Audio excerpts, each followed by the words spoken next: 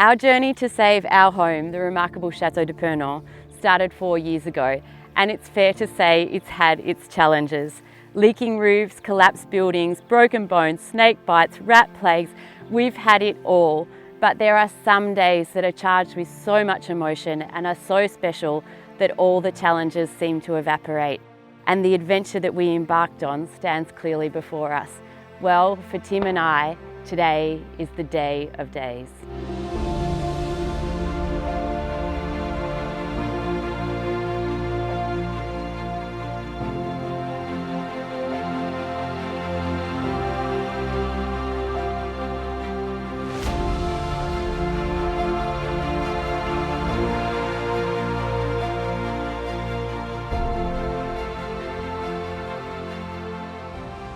We sometimes say that Château de Purnon is whispering to us through the centuries.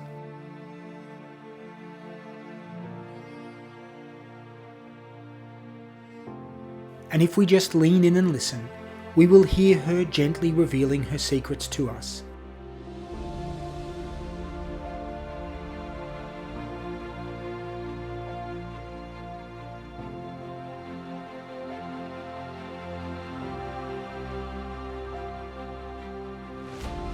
This is the story of Purnon's greatest mystery. How that mystery was solved,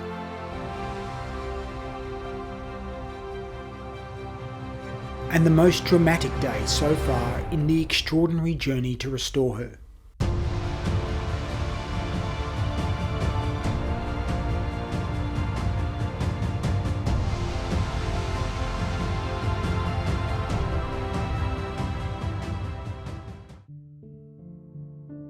Shortly after arriving at Purnon, we came upon an intriguing discovery.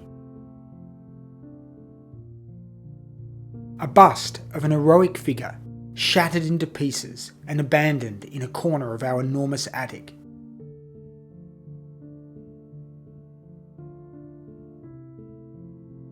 Several months later, clearing a collapsed cellar, we found amongst the rubble a head carved intricately from stone. Who were these figures, and why did they lie abandoned and forsaken here at Château de Purnon?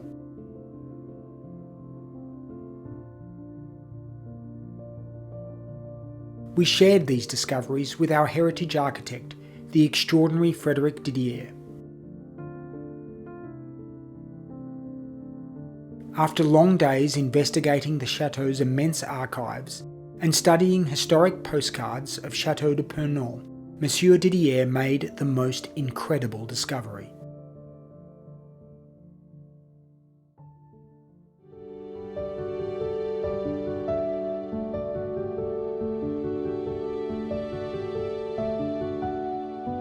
"250 years ago, the family that built Château de Purnon took the extraordinary decision to place the busts of 2 French kings here atop the chateau's breathtaking roof, one gazing north and the other south. With the chateau perched on the high ground, these French kings, Henri IV and King Louis XV, would have been visible for miles around. Their presence made a dramatic statement about the political loyalties of this noble family to France's ruling dynasty. Unbelievably, the busts survived the destruction and chaos of the French Revolution, which broke out the year after the chateau construction was finished. But, crafted from soft tuffeau stone, the busts were fragile and delicate. At the end of the 19th century, the statue of King Henry IV came crashing to the ground. His bust was shattered and only his head survived. The chateau's owners rushed to secure the remaining bust of Louis XV, but in removing him from his perch, he broke into 5 pieces.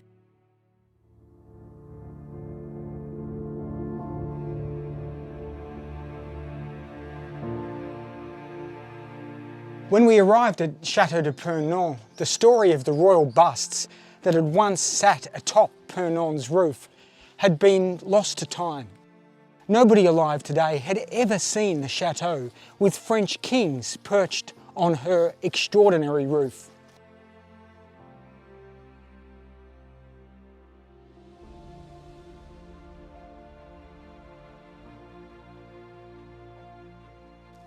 When we came across the shattered pieces of King Louis XV abandoned in Purnon's attic, our heritage architect was intrigued.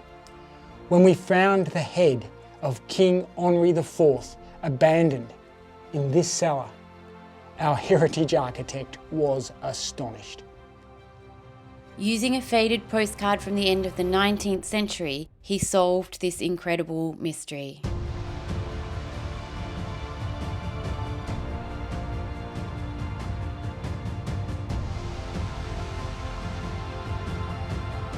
Would it be possible to return the busts to their rightful place on top of Purnon's roof? Would people again be able to see the way she was intended to be seen, how she was originally constructed at the end of the 18th century? And of all of France's grand kings, why did the family choose Henry IV and Louis XV to grace the chateau's roof? This is the remarkable story of the journey to answer those questions.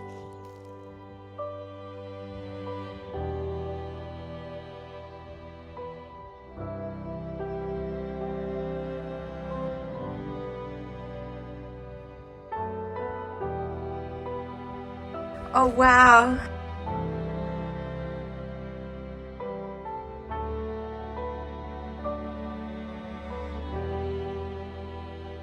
After discovering these remarkable busts originated from Purnon's roof, it was our goal to ensure they were returned to once again sit atop the chateau. The remains of the two busts were taken to the workshop of an artisan entrusted to start the long process of bringing them back home to Purnon. Donc il y a 2 ans qu'on a récupéré les vestiges et il y a, on travaille en fait sur les modèles en argile depuis 1 an environ. D'accord.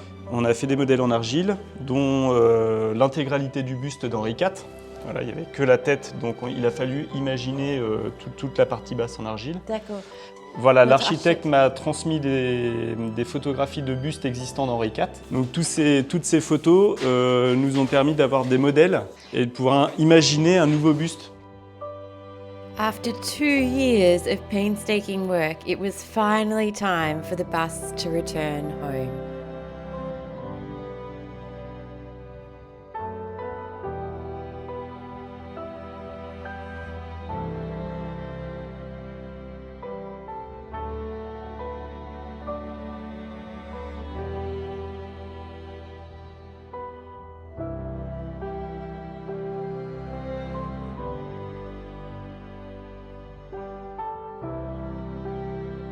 The precious original busts will be safeguarded and displayed inside the chateau, whilst the breathtaking reproductions are destined to grace the chateau roof once more.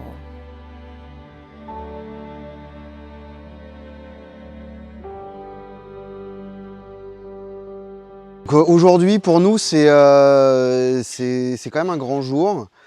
C'est une journée qui va nous permettre de clôturer la grande phase fronton. Donc fronton, sculpture, pose des bustes.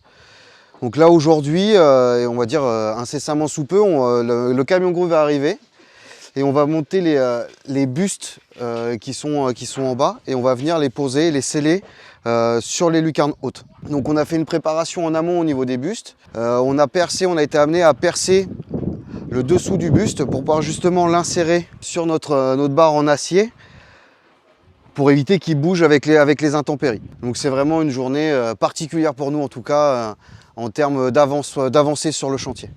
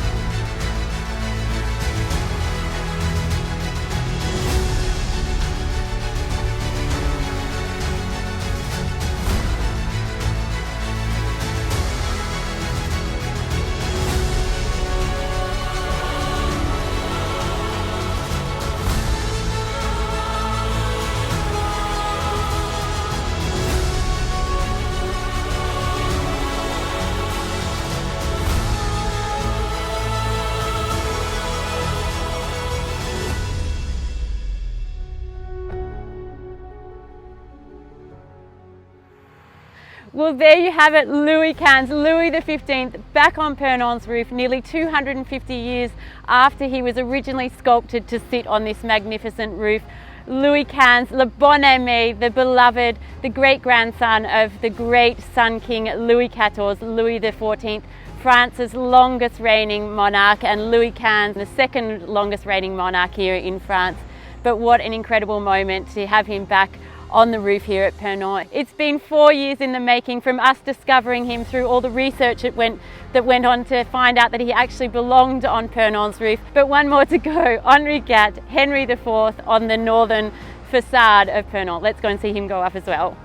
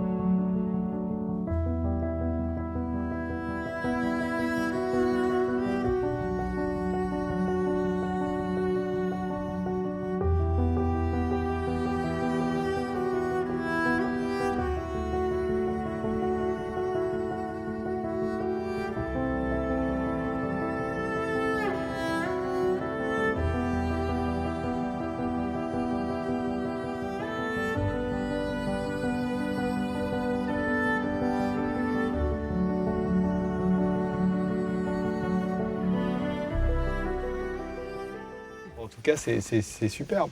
Oui. C'est un grand moment, là. Un grand moment. Est-ce que vous savez pourquoi ce que Louis XV a... Mais moi, je comptais sur vous pour me répondre. Pour moi, l'hypothèse que je fais, c'est que le Henri IV répond au personnage dans l'Oculus, qui est en costume d'Henri IV, qui doit être un membre de la famille à Château, un ancêtre, qui a dû s'illustrer sous Henri IV, qui est peut-être peut-être c'est lui qui est à l'origine de la richesse, de la fortune de la famille, peut-être grâce à des accointances avec Henri IV, avec le roi justement. Et je pense qu'on a voulu honorer à la fois cet ancêtre et finalement le roi qui l'a fait devenir sans doute puissant et important. Et puis ensuite, le Louis XV doit correspondre sans doute à celui qui est de l'autre côté, qui est en habit comme de magistrat, je sais pas, donc, oui, et qui semble être, et qui n'est pas du tout, alors que Monsieur Achard de la Haye qui fait bâtir, lui, il est en fait militaire, donc il serait en habit militaire, et là c'est pas du tout un habit militaire. Oui. Voilà, donc je pense que ça doit être sans doute, est-ce que c'est un oncle, est-ce que c'est son père ou je ne sais quoi, et donc et puis surtout le fait que chronologiquement ça correspond pas au château, donc ça veut dire que c'est vraiment un choix délibéré d'honorer deux monarques qui doivent être importants dans l'histoire de la famille. Hein, j'ai même fini un moment par me demander si c'était pas parce que Madame de la Motte-Barassé peut-être avait été maîtresse de Louis XV, je ne sais pas, mais bon. Il n'y aurait pas d'étonnement. Voilà. En tout cas, quand le château est bâti, c'est Louis XVI, pas Louis XV. Et pourtant, c'est bien Louis XV. Quand on compare l'iconographie de Louis XV et celle de Louis XVI, Ça, vous êtes bien placé. ça, c'est le profil de Louis XV sur les écus de France. Hein, je veux dire, donc il n'y a pas de... Il n'y a pas d'hésitation. Il n'y a pas d'hésitation du tout. Non, je ne connais pas de château où on a décidé de mettre le buste du roi. De toute façon, ce château, il est atypique, hein, il est unique. Il est unique par son architecture. Et puis là, il y a un programme qui nous échappe un petit peu, mais un jour, on va trouver la clé. On va trouver la clé hein, de lecture. Il y a une clé de lecture, en fait, voilà.